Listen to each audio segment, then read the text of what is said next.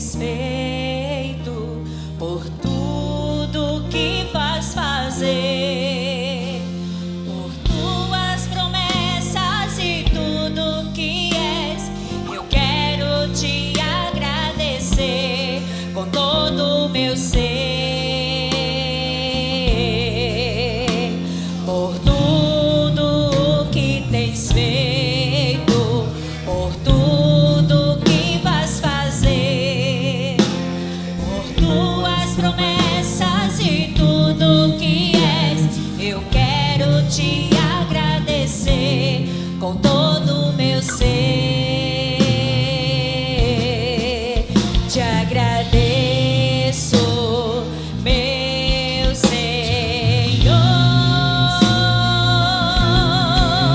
Te agradeço, meu Senhor.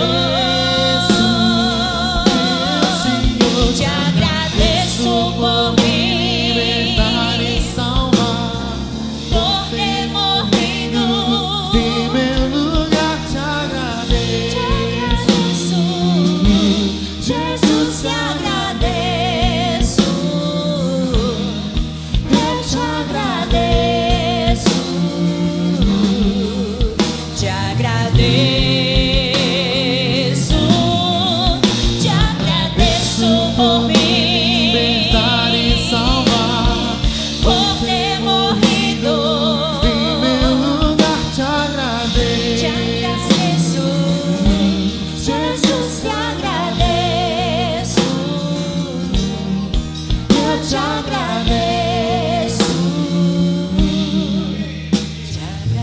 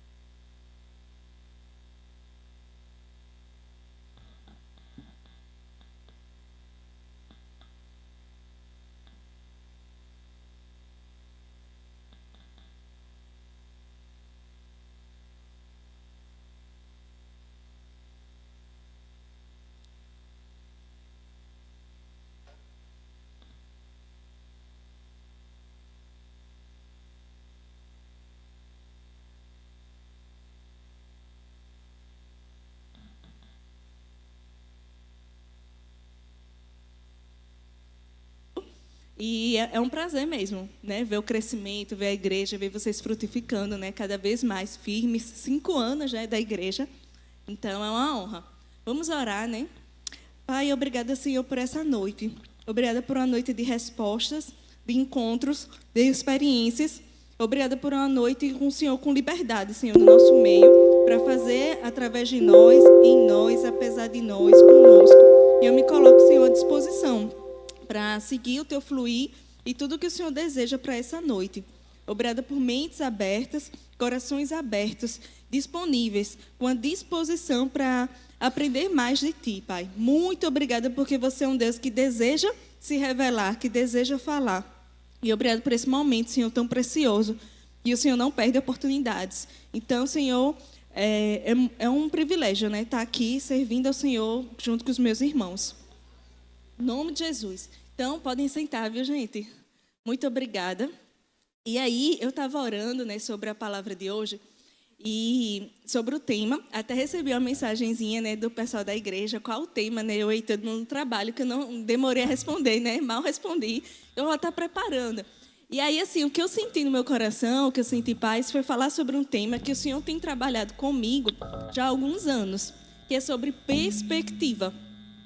E aí, o conceito de perspectiva é o seguinte: perspectiva é um modo como se concebe ou se analisa uma situação. Então, existe uma maneira da gente entender algo, da gente interpretar, da gente perceber algo. Cada um de nós tem uma opinião sobre alguma coisa. E essa opinião pode ser diferente. Então, a gente pode olhar a mesma coisa com perspectivas diferentes. E qual é assim, a perspectiva certa, errada? Enfim, a gente deve seguir a perspectiva de Deus. E a Bíblia diz que os pensamentos dele são muito maiores do que os nossos. Né? Os planos dele são muito maiores.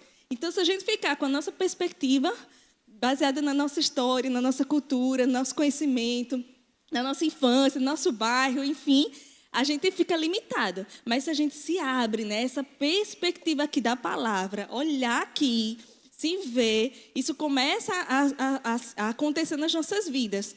E se a gente não adequa a nossa expectativa, isso faz toda a diferença. A gente avançar em Deus ou não. E isso, um exemplo assim bem claro, eu vi um estudo sobre isso, que é sobre a situação de Josué e Caleb, né? A história lá de Josué e Caleb está em Números 13. A história toda é o versículo do 1 ao 33. Mas aí eu vou ler algumas partes, que é quando Moisés, ele convoca, né? Deus fala para Moisés, olha, escolhe uma pessoa, um espião, né? Um homem de cada tribo, Números 13. Números 13. E o próprio Deus fala, ó, escolhe um de cada tribo para espiar a terra. E aí eles vão olhar a terra, vão como espias mesmo, espiões, secretamente, e vão trazer relatórios sobre a terra. E aí, olha que interessante. A gente sabe a história, né? Muitos imagino que já saibam. Moisés pegou um homem de cada tribo, segundo a instrução de Deus, e eles ficaram 40 dias, voltaram 40 dias depois, para dizer como era a terra. E aí, no versículo 27, Números 13, versículo 27. Vocês estão lá? Eu posso esperar um pouquinho, viu? Está aqui projetando? Ah, ótimo. Então, no versículo 27, diz o seguinte: relataram a Moisés e disseram, fomos à terra que nos enviastes, e verdadeiramente mana leite e mel. Este é o fruto dela.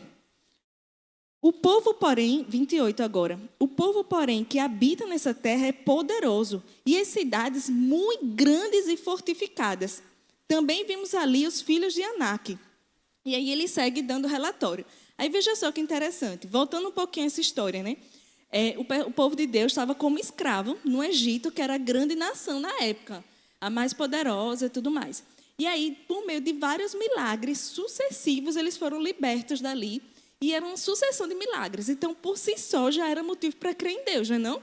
Porque não é todo dia que alguém que é escravo deixa de ser escravo. Então, eles já estavam assim, já tinham experimentado muitas e muitas vivências, experiências sobrenaturais, milagres mesmo. E Deus tinha falado já na época de Abraão que havia uma terra prometida, que essa terra manava leite e mel, que era terra para eles mesmo, para o povo de Deus. E aí eles percorreram esse caminho todo, estavam à beira da terra.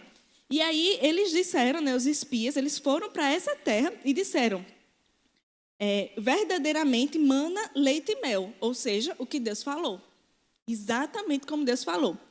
E aí, só que eles falaram, mana leite e mel, mas o povo lá, viu? As cidades são grandes, são fortificadas, o povo é grande e a gente não eu já estou parafraseando para abreviar o tempo, a gente não vai conseguir entrar lá, não. E é melhor a gente desistir e tudo mais. E olha que interessante. Mas aí teve dois, que foi Josué e Caleb, que eles também foram para lá espiar, também ficaram os 40 dias, também viram as mesmas coisas, só que eles tinham uma outra perspectiva. E aí, no versículo 30... diz o seguinte, então Caleb fez calar o povo perante Moisés e disse, eia, subamos e possuamos a terra, porque certamente prevaleceremos contra ela. Veja só, eles viram a mesma terra, eles viram que estava manando leite e mel, como Deus tinha falado, eles já tinham experimentado milagres, no entanto, Dos 12, 10 ficaram, não, realmente, mas não dá para a gente não é capaz, a gente não consegue, eles são fortes e tudo mais. E 2 falaram, não, é exatamente como Deus falou. Ei, Deus falou, vai acontecer, vamos para cima. Isso, é essa terra, mana, leite e mel, de fato, a gente vai conseguir e tudo mais. E, no entanto, a gente sabe a história, infelizmente, que eles não foram, né? Não avançaram. E aí, no versículo 30, eu já li o 30, né? Aí, lendo o 31 agora. Porém, os homens com que ele tinha subido disseram, os outros 10, né? Não poderemos subir contra aquele povo, porque é mais forte do que nós. Opa, quem disse que era mais forte? A perspectiva deles. E aí, seguindo aqui, eu vou pular para o 33, para o finalzinho. Aí fala que viram gigantes e tudo mais, enfim, fala todos os obstáculos, todos os desafios, e no final ele diz, e éramos, os 10, né? Dizendo, e éramos, isso é o versículo 33, o finalzinho, e éramos aos nossos próprios olhos como gafanhotos, e assim também o éramos aos seus olhos. Então, eles se viam como gafanhotos, e já estavam achando que o pessoal lá da terra, que já estavam lá habitando a terra, também os viam. Só que mal sabiam eles que a fama do que Deus tinha feito corria. E as pessoas os temiam. Então, veja só, Deus deu uma palavra. Se cumpriu, eles chegaram, eles pisaram. A promessa na época de Abraão, eles pisaram na terra. E eles disseram, realmente, mana, leite e mel, mas... E aí ficou esse relatório negativo. E aí prevaleceu esse relatório negativo. O que a gente pode tirar de aprendizado daí? Por que será que Josué e Caleb tinham uma perspectiva diferente e os outros 10 não? A maioria não. Veja, desde que eles saíram do Egito, que eles só faziam murmurar, reclamar. Eles reclamavam que a cebola do Egito era melhor, eles reclamavam que do maná que queria mudar, eles reclamavam da água, eles reclamaram enfim, de tudo. Quando a gente reclama, tem estudos, gente, que falam que a reclamação muda o nosso cérebro. Tem uma região do cérebro chamada hipocampo, que é responsável por memória. E diz que quando a gente reclama, a gente cria o hábito, o vício mesmo de reclamar, e isso muda o nosso cérebro. Porque quando a gente reclama, a gente foca no negativo, e para o nosso cérebro, a gente falando, reclamar, é como se aquilo fosse a realidade. E a gente cria o hábito de sempre ver aquela realidade negativa. Por isso que murmurar é um hábito, é um vício. Tem gente que sai procurando o erro. Que nem aqueles jogos que tem dos 7 erros, que tem uma imagem e outra e diz, acha o erro, aí você sai procurando. Tem gente que é especialista nisso. E sair, sabe? Tipo, muita coisa positiva e um ponto. Aí foca naquele ponto. E cria o hábito de sempre focar naquele ponto. E sempre reclamar. Então, como eles estavam sempre reclamando, sempre vendo negativo, sempre se queixando de tudo, sempre no natural, quando eles chegaram diante da promessa, pisaram a terra prometida, o que eles viram? Aquela realidade, segundo os olhos deles. Mas Josué, ele foi o sucessor de Moisés, né? Então, ele andava com quem? Moisés. E ele viu Moisés se retirando ao monte, ele viu tudo o que acontecia, tem versículos da Bíblia, então ele estava associado a Moisés, então não era o foco estar murmurando, olhando natural, o foco era estar orando o Senhor, adorando e tudo mais. E Caleb é a tribo de Judá, né, que é onde sucedeu Jesus, então eles tinham uma outra perspectiva, um outro foco. E aí quando eles chegaram na terra prometida, eles, não, é agora, chegou o tempo. Então, o reclamar, o olhar pequeno, o procurar o erro, o ter a perspectiva natural, humana, pode fazer com que a gente deixe de desfrutar da terra, que mana leite e mel. Vai ter o povo lá, vai, mas isso é fichinha. Então, enquanto que um dizia, realmente, foi como Deus falou, mas, e esse mais perdeu tudo, a outra dupla, né? Eles, não, é como Deus falou, vamos para cima. É como a gente chegou, a gente contemplou, a gente viu. Então, esse ver determina muita coisa. Então, que a gente possa ter a nossa visão em que Deus vê. Ah, mas as circunstâncias. Não, mas o que a palavra diz? Ah, mas e o que aconteceu? Sim, mas o que a palavra diz? Ah, mas sim, mas... Então, a gente tem que estar voltando, né, a nossa cabeça, a nossa perspectiva para o Senhor. Para a gente não deixar de desfrutar, né? E alguns conceitos que eu também estava vendo sobre murmuração, reclamação, é que fala que murmuração, eu achei top essa definição, é uma invocação do demônio, assim, para o demônio, é uma intercessão ao diabo. Quando você murmura, você está abrindo espaço para o diabo, ok, é isso mesmo, e assinar embaixo, ok. E quando a gente contempla, quando a gente se volta para Deus, a gente é uma intercessão a Deus, né? Quando a gente exalta, se alegra e tudo mais.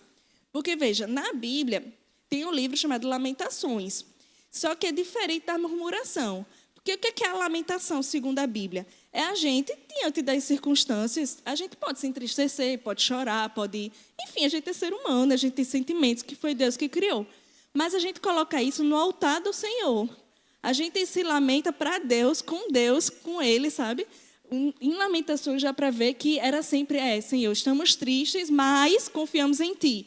Aconteceu isso, mas... Então, foca em Deus. E não nas circunstâncias. Senhor, a gente se debruça, né? Até fala de Jesus, né? O próprio Jesus chorou. Então, o problema não é as emoções, mas é que as emoções não minem a nossa confiança em Deus. Que as emoções não nos trapaceiem.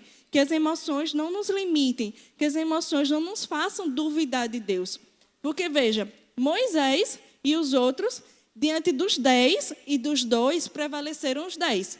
Então, cada vez que a gente escuta incredulidade, escuta a murmuração, escuta a lamentação, seja da gente, seja dos outros, isso a gente acaba sendo alimentado disso.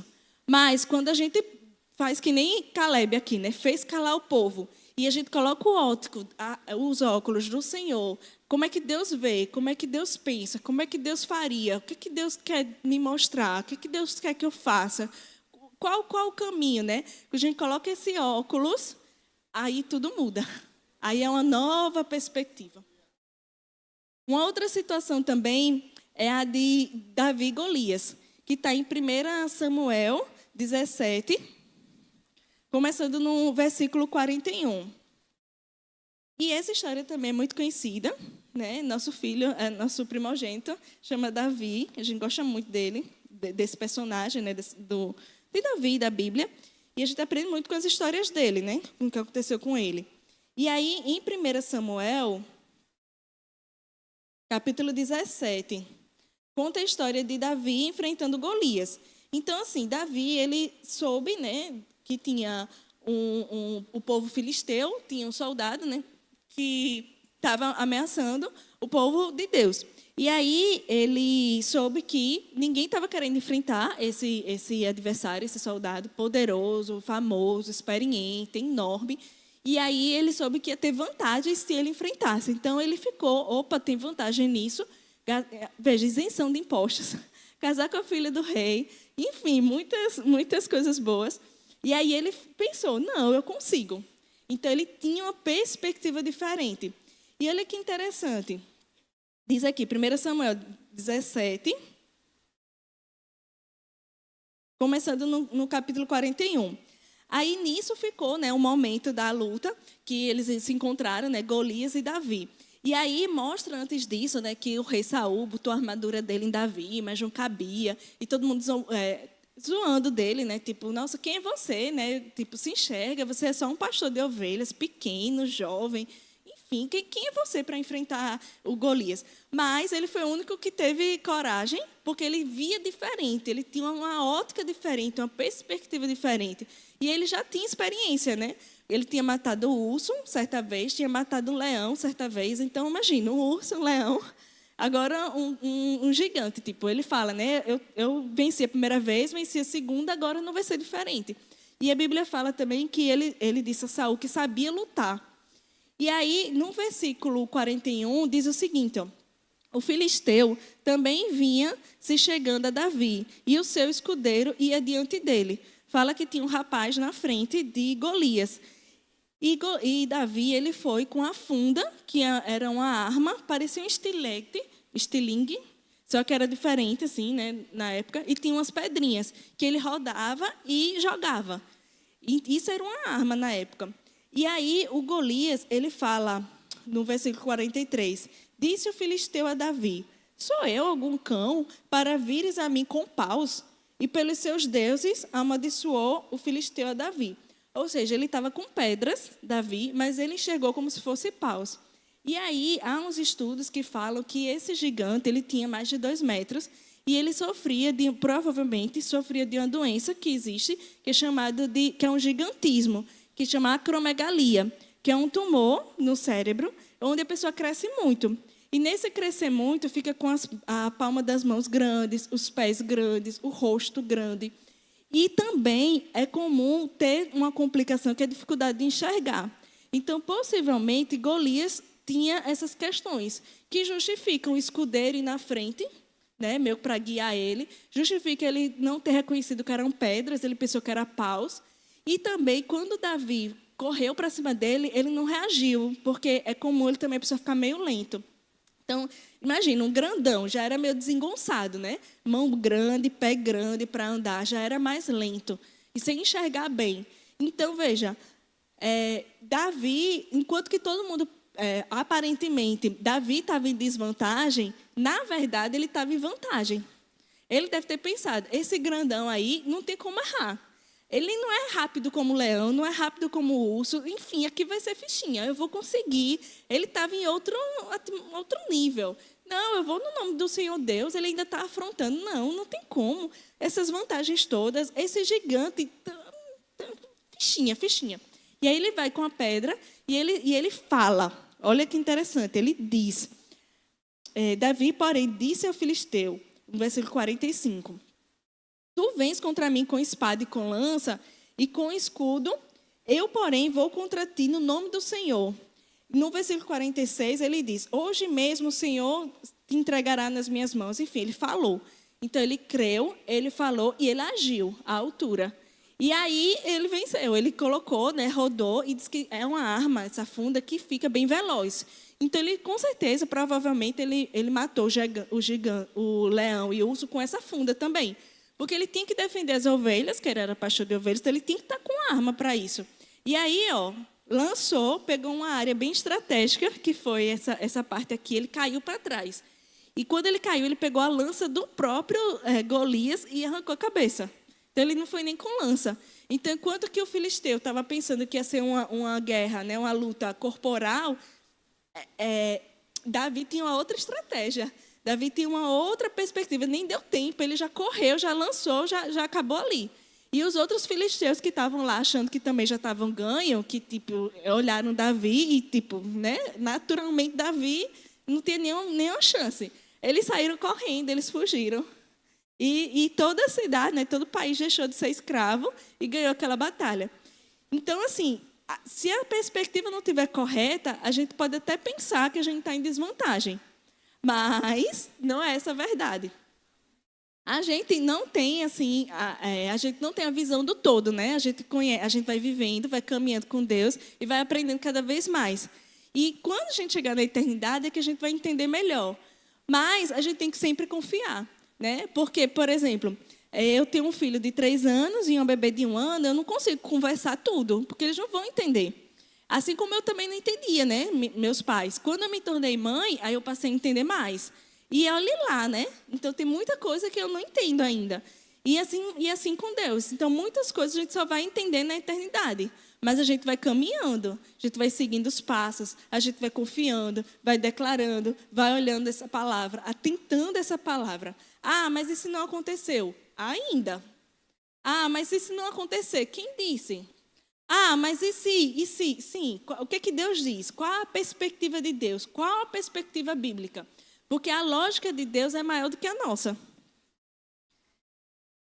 Aí, se Davi não tivesse acreditado, se Davi não tivesse treinado lá na época, não tivesse sido fiel lá na época das ovelhas, se ele não tivesse fugido na época do leão, na época do urso, se ele tivesse retrocedido, mas ele foi fiel às etapas, enquanto isso, foi desenvolvendo relacionamento com Deus e chegou ao nível do gigante, que foi fichinha, né? Ele jogou lá e, enfim, ele não se deixou abater pela aparência do Golias, não.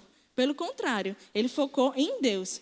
Então, sempre que você tiver uma palavra e as circunstâncias forem contrárias, lembre-se quem falou.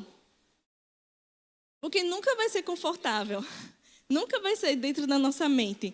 Sempre que a gente for decidir seguir Deus, vai sair da zona de conforto. Vai ser novo, vai ser desafiador. A gente não vai ter as respostas, não vai ver tudo. A gente vai caminhando. Mas o final é certo, né? O final é certo. Outra situação também que fala sobre perspectiva é a história da viúva de Sarepta, que está lá em 1 Reis, capítulo 17. Olha que interessante. Aí veja só, a vantagem sempre foi de Davi em relação a Golias. A gente às vezes vê umas histórias, né? Ah, Davi pequenininho. Não, ele estava em vantagem, totalmente. 1 Samuel 17. Aliás, desculpa. 1 Reis 17. Agora é a história da viúva de Sarepta. Aí a história começa no versículo 8. Mas a gente vai começar do 12. Aí só dando um contexto, então 1 Reis, capítulo 17, versículo 8. Estava uma situação de fome, né, nesse período de crise, e aí Deus dá uma palavra para o profeta, para Elias, e ele diz, vai até Sarepta, e eu preparei uma viúva para te alimentar. E aí Elias foi. E eu fico pensando, o que é que Elias estava imaginando, né? Tudo certo, você alimentado, tudo mais. Ele já tinha tido experiências, né, com couve e tudo mais, sendo alimentado por Deus. E aí ele chega lá e encontra uma viúva. E aí ele pede água para a viúva foi lá pegar água para ele. Ele diz, prepara um bocado também de comida para mim. E aí, olha o que a viúva diz, no versículo 12. Porém, ela respondeu, tão certo como vive o Senhor, teu Deus, nada tenho cozido. Há somente um punhado de farinha numa panela e um pouco de azeite numa botija. E veis aqui, apanhei 2 cavacos e vou preparar esse resto de comida para mim e para o meu filho. Comê-lo-emos e morreremos. Veja só a situação. Elias poderia dizer, Senhor, o Senhor se enganou? Senhor, como assim? O Senhor não mandou eu vir? O Senhor não disse que ela ia me alimentar, que ia ter uma viúva? Eu estou com fome, eu estou precisando comer. O Senhor sabe disso. Eu obedeci. Ou então, será que eu entendi certo? Será que Deus falou? Será que... Enfim. E a viúva também podia pensar, e quem é esse? Ele é homem de Deus mesmo? Ele não sabe, não, que eu estou nessa situação? Eu que estou querendo ajuda, ele quer que eu prepare para ele a comida que vai ser dos meus filhos, a gente vai morrer. Ele não deve ser homem de Deus, não. Como assim? No entanto, no versículo 13, Elias lhe disse, não temas, vai e faze o que disseste, mas primeiro faze dele para mim um bolo pequeno e traze-mo aqui fora. Depois farás para ti mesma e para teu filho. Porque assim diz o Senhor, Deus de Israel, a farinha da tua panela não se acabará, e o azeite da tua botija não faltará, até o dia em que o Senhor fizer chover sobre essa terra. Aí, olha só, ela agora tinha uma palavra. Ela só tinha um bocado lá de farinha, de azeite, antes era só isso. E Elias não tinha azeite nem farinha, mas tinha um comando de Deus. Agora casou. Ela ofereceu, né? Ela fez, ela seguiu. E aí, nos próximos capítulos, fala o seguinte, no versículo 15. Foi ela e fez segundo a palavra de Elias. Assim comeram ele, ela e a sua casa muitos dias. Opa, como assim muitos dias? Não era só um bocadinho? Mas multiplicou esse bocadinho. e muitos dias. E assim, a palavra de Deus é que não ia faltar até voltar a chover. Que aí ia ter o seu suprimento, tal, com a chuva e tudo mais. Então, qual foi o segredo aqui, o pulo do gato? Está no versículo 15. Foi ela e fez segundo a palavra. Então, ela não olhou natural. E outra coisa, para uma mãe, vai primeiro para o profeta, viu? Para o estranho, que está chegando agora, adulto, homem de Deus, que tem comunhão com Deus, tem negócio aí com Deus, como o povo fala. Come ele para depois o meu filho, mas ela fez. Imagina a cabeça dela, mas como assim? Eu vou dar, vai faltar? Porque com certeza vieram esses pensamentos. Mas ela fez segundo a palavra. Não, eu vou seguir, eu vou obedecer. Então, a perspectiva dela Não foi na circunstância natural. E nem a perspectiva dele. Se ele tivesse olhado, eita, acho que eu falei com a viúva errada, ou então, Deus se enganou, ele também teria deixado de usufruir. Mas ele obedeceu o comando, ela também obedeceu o comando, e eles, o filho, enfim, foram beneficiados. Então, a perspectiva certa, o fazer segundo a palavra. Não é segundo a mente, não é segundo as possibilidades, não é segundo as circunstâncias, não é segundo o que a gente deseja ou quer, ou é confortável, mas não, segundo a palavra. Mesmo sem entender, mesmo sem ver, mesmo sem saber tudo, né, os detalhes, mas seguindo a palavra. Por quê? Porque não é a nossa perspectiva, né, que a gente busca, mas a de Deus. Então, isso faz toda a diferença. Tem outra história também bem interessante, que é a de Josué. Está em Josué, capítulo 6.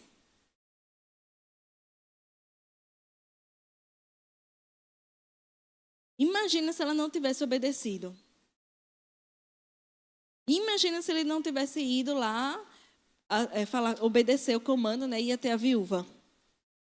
Josué, capítulo 6, versículo 1, é uma outra situação que fala que Jericó estava rigorosamente fechada. E aí era uma situação que eles estavam sendo ameaçados, né? E estavam assim, ninguém saía, ninguém entrava, aquela situação de pressão e tudo mais. Eu acho interessante a Bíblia, né, que ela gosta de os detalhes, né? Jericó, ou seja, a cidade toda, estava rigorosamente fechada. E aí, no versículo 2, diz o seguinte: então, disse o Senhor a Josué, olha, ou seja, vê, enxerga. Entreguei na tua mão Jericó, o seu rei e os seus valentes. E aí, ele dá os comandos, né, para o rei, lá para Josué, né? Imagina, José poderia dizer, sim, Senhor, como assim? O Senhor me deu e está tudo fechado. Sim, o Senhor me deu e sim, né? Mas aí, no versículo 7, ele diz o seguinte, e disse ao povo, passai e rodeai a cidade. Deixa eu ver, peraí, nesse daí não.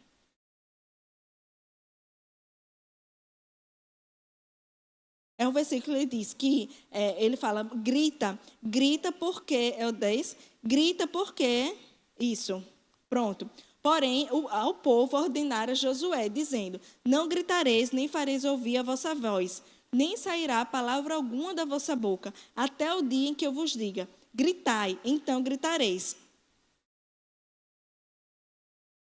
Tem algum versículo aqui que ele diz o seguinte, o Senhor entregou a cidade. Então, veja só a posição dele, Josué, né? Estava rigorosamente fechada, aquele clima de medo, de tensão, né? O diabo aprontando, colocando seus cenários e tudo mais.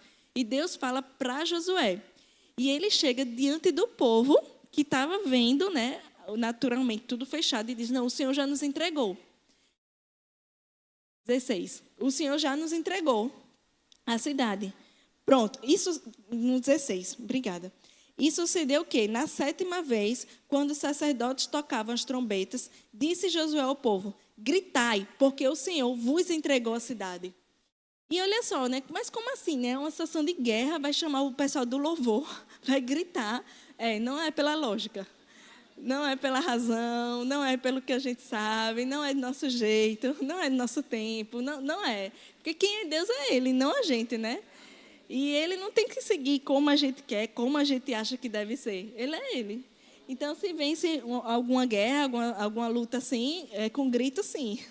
Se for o que Deus disse. Se for o comando, se vence. Mas olha só que interessante, né? Porque Deus falou, mas a circunstância não tinha mudado. No entanto, Josué ficou na perspectiva de Deus. Deus disse que entregou, então vamos ficar em paz, vamos seguir os comandos. Ele poderia ter tido outro posicionamento, botar os soldados, as armas, enfim, o que teria um posicionamento normal, uma postura de um líder, né? Diante de uma ameaça como essa. Inclusive, a vida dele estava em jogo, né? Se o povo ficasse escravo, perdesse. Mas não, ele seguiu os comandos. Outra realidade também, outra história que aconteceu, está lá em Marcos 3, versículo 1. Deus tem uma perspectiva diferente. Ele tem uma perspectiva melhor. Ele sabe. E no final a gente entende. É que nem aceitar Jesus, né? que acho que todo mundo é unânime, a gente pensa, por que eu não fiz isso antes, né? Então, até aceitar Jesus, a gente não sabe como é, né? Mas depois que a gente aceita, diz, nossa, eu podia ter feito antes. Eu imagino a gente chegando diante de Deus, um dia vai acontecer, né? E Deus falando, olha, lembra isso, lembra aquilo. E a gente, eita, Senhor, que bom. Ah, eu sofri à toa, mas ainda bem que o Senhor fez assim, ainda bem que o Senhor não permitiu ou permitiu. Ah, era por isso? Ah, agora eu já sei, agora eu entendo. Porque Ele tem os planos, Ele tem os propósitos, Ele tem a perspectiva. Olha só, Marcos 3, versículo do 1 ao 5. É a história de um homem que tinha uma mão ressequida. E aí, Jesus fala para ele. Está no versículo 5. As pessoas estavam pensando, estavam preocupadas com o sábado. Porque era sábado e Jesus ia curar e tudo mais. E aí, no versículo 5, Jesus diz fala o seguinte: olhando ao redor, indignado e condoído com a dureza do seu coração, disse ao homem: estende a mão.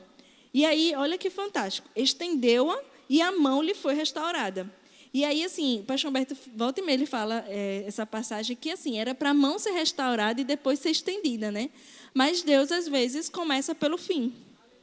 Então, ele deu um comando aqui, estende a mão estendeu e depois a mão foi restaurada. Como é isso? Não sei, mas Deus sabe. E eu acho interessante que parece que Deus, às vezes, faz de propósito para nos confundir mesmo, sabe? Para que a gente fique crendo na fé, para que não seja na lógica, né? Daquele jeito mais encaixado, né? A gente não dá para encaixar Deus, encaixotar Deus. Ele fala, estende a mão, e ele estendeu. Como? E ele poderia pensar, como assim estender a mão? Primeiro eu tenho que ser curado. Sim, se eu pudesse estender a mão, já teria estendido, né? Mas a mão ressequida. Mas ele foi, né, esse homem da mão ressequida, segundo a perspectiva de Deus. Então Deus falou, opa, para estender a mão, vou estender. Ah, mas você não pode, é ressequida. Não, mas eu vou estender. E segundo a palavra, ele conseguiu estender a mão e ser curado. Agora sim, eu imagino a cabeça, né, na hora, o borbulhão de lógica, de razão, de sentimentos. Mas a gente escolhe, ou a gente fica com os sentimentos, ou a gente fica com a palavra. Porque muitas vezes vai ser exatamente o oposto. Mas se a gente for nos sentimentos, a gente deixa de receber o que o Senhor deseja dar para a gente. Imagina se ele não tivesse ousado estender a mão. Lucas 17. Mais um aí de Jesus. Lucas 17, versículo 11. É a história dos leprosos. A cura de 10 leprosos. E aí, gente, lepra naquela época não tinha cura. Hoje tem, né? Mas não tinha naquela época. Assim, hoje tem tratamento, enfim. E aí as pessoas tinham que ficar isoladas para não contagiar outras. Então, eram pessoas excluídas mesmo. Andavam só os leprosos entre si e ficavam separados, né, do restante das pessoas sãs, né, curadas, sem lepra. E era tipo assim, né, um mau preconceito e tudo mais. Eles não podiam se aproximar das pessoas. E aí eles vão até Jesus para serem curados. E Jesus, está no versículo 11. Jesus, eles foram, né? Jesus manda eles irem se apresentar ao sacerdote. Está no 14. Ao vê-los, disse-lhe Jesus: ide e mostrai-vos para o sacerdote. Aconteceu o quê? Indo, eles foram purificados. Então, veja só, eles estavam indo com lepra para Jesus, esperando ser curados. Chegam lá para Jesus, Jesus, né, cura a gente aqui da lepra. Jesus disse, vai lá para o sacerdote. Imagina, eles tinham uma decisão, né? Ou ficar, como assim? Cadê? Está aqui a lepra, eu estou vendo, estou sentindo, está tudo do mesmo jeito. Como assim? A gente vai lá para o sacerdote, a gente não pode ir para as pessoas, ir para o sacerdote e tudo mais. A gente vai ser excluído, vai ser barrado, enfim. Mas como assim? Imagina os 10 conversando. E aí, tu vai, eu vou, não vou. E aí, bora. E aí fala que indo é que eles foram curados. Imagina, se eles não tivessem ido. E eles indo, imagina, a transformação. Gente, peraí, está diferente. Porque dava para ver, era visível no corpo a lepra. Eita, a gente está curado. E aí, foi somente indo, né? Se eles não tivessem ido, não teria acontecido.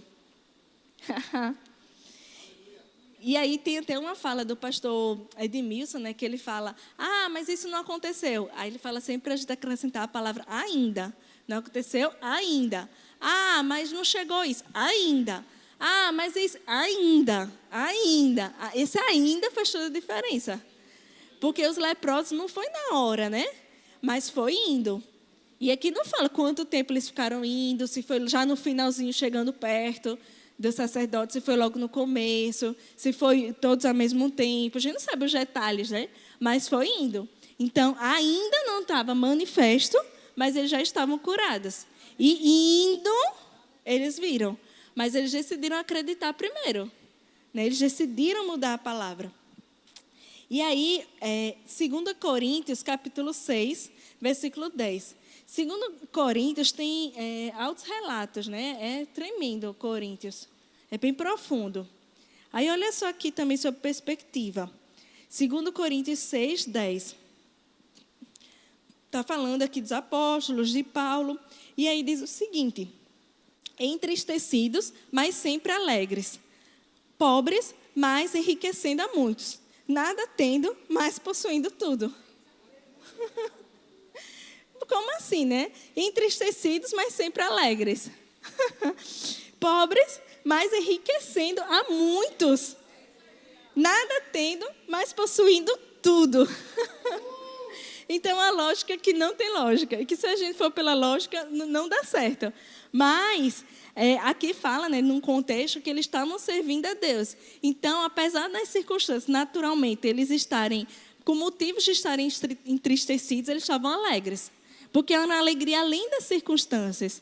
Apesar de, naturalmente, aparentemente, eles estarem pobres, né, eles estavam enriquecendo, não só supridos, mas ainda suprindo outros. Porque com Deus é milagre, é multiplicação, enfim, é fora da lógica. A gente dá para ter. Aliás, é dando que a gente tem, né? É servindo que a gente é exaltado, é se humilhando que a gente é uma lógica diferente, é uma perspectiva única. E nada tendo, mas possuindo tudo. Porque, gente, no final, se a gente tem Jesus, a gente tem tudo. No final, se a gente tem Jesus, a gente tem tudo. Porque o que vai além dele, né? O que é maior que ele? O que é mais importante?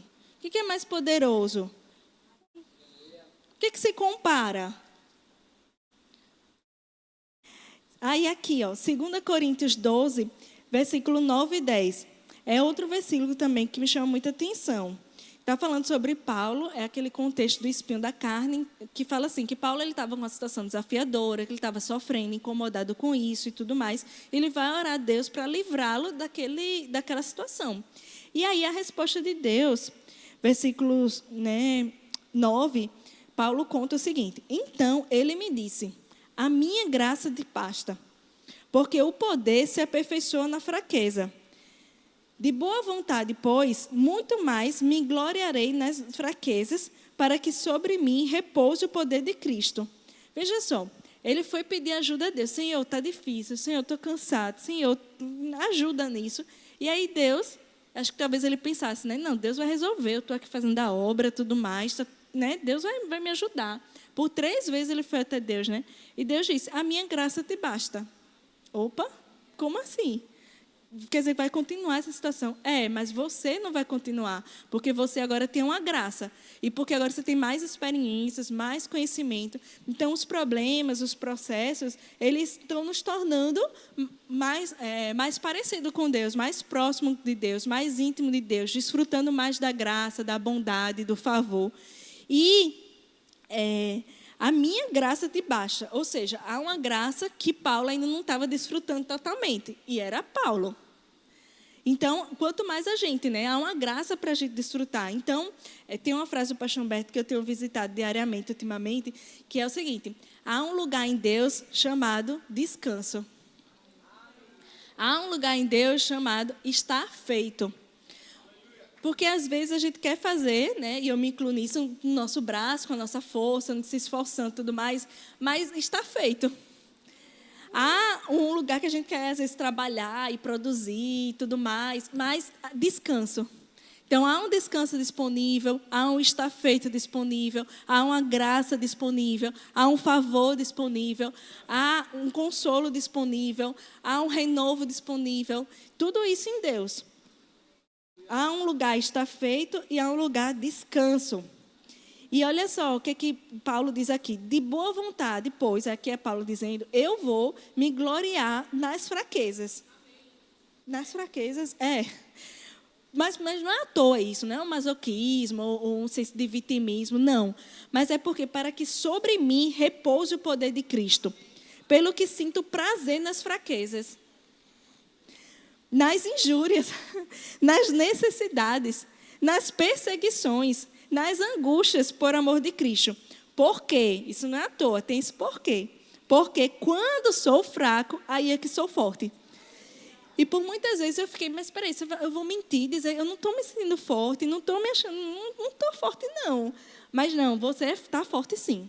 Você está forte. Você pode achar que não, mas você tem uma força disponível. Quando sou fraco é que sou forte. Porque esse fraco aqui é no colo do Pai. Esse fraco aqui é fazendo a vontade, é junto com Deus, né? É buscando a Deus. É diferente, é uma fraqueza diferente. É como uma criança, ela não sabe muita coisa, um bebê, por exemplo, ele é bem dependente. Mas se ele tiver um cuidador que cuide dele, está tudo certo.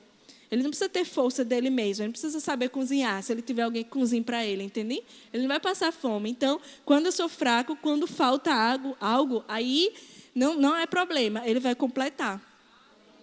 Ele vai completar, ele vai ser forte, ele vai mostrar força para as pessoas. E vai alcançar outras pessoas. E assim, Paulo, ele tinha moral para falar isso, né? Porque tudo aconteceu com Paulo, né? Naufrágio, prisão, apedrejado e tido como morto, tudo mais. Então, quando ele fala injúrias, é injúrias mesmo.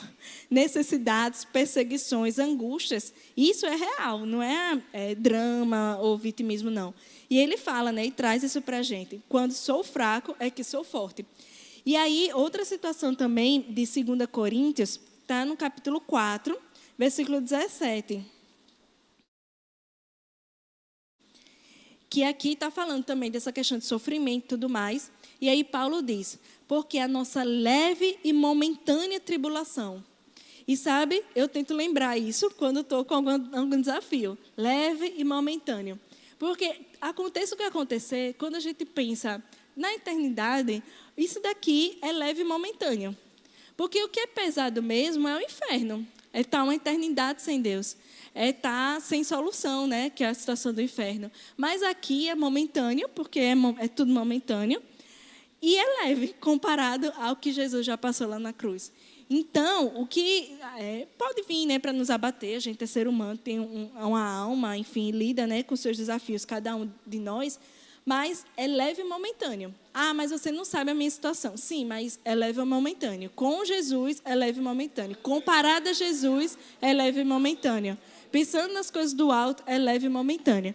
E aqui, mais uma vez, é Paulo falando, que passou por tantas coisas, a nossa leve e momentânea tribulação produz para nós eterno peso de glória, acima de toda comparação.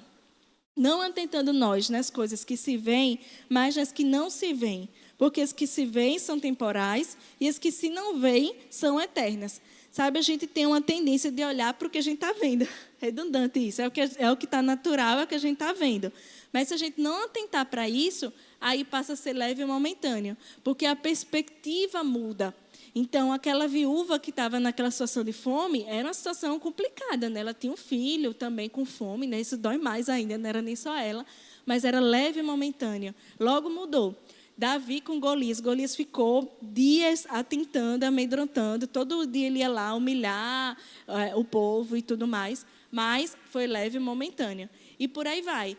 As demais situações, leve e momentâneo. Então, que diante de desafios a gente possa lembrar, leve e momentâneo. Respira, pensa, né? Escuta por dentro, é leve e momentâneo. A alma está gritando, mas é leve e momentâneo. Não vou murmurar, não vou reclamar, não vou limitar Deus, é leve e momentâneo. E, 2 Coríntios 8,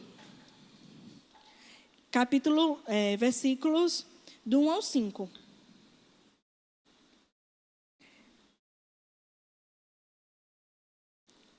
Aí eu vou ler o 2 para resumir. Porque, no meio de muita prova de tribulação, manifestaram abundância de alegria. Aqui, Paulo está falando das igrejas da Macedônia e tudo mais. E veja, no meio de tribulação, manifestou alegria.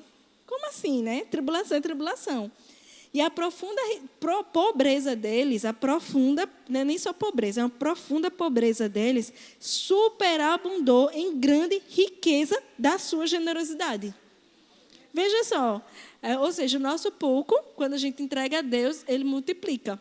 E aí eles estavam, né, se juntando, se associando a Paulo, no quesito de dar, de ofertar e tudo mais, e aquilo multiplicou em riqueza para eles.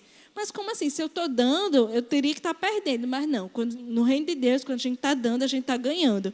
Quando a gente está servindo, a gente está sendo acrescentado. Então, é fora da lógica. Totalmente fora da lógica. E aí, gente, eu queria ler para vocês, a gente já está finalizando, Salmos 90, 12. Perspectiva. Qual a perspectiva de Deus sobre a sua vida? Sobre o que você está passando? Qual a opinião dele? O que ele tem falado, né? Salmos 90, versículo 12. Diz o seguinte: ensina-nos a contar os nossos dias, para que alcancemos coração sábio. Ou seja, aqui, né, o salmista está pedindo a Deus, fazendo a oração de contar os nossos dias, contar os dias.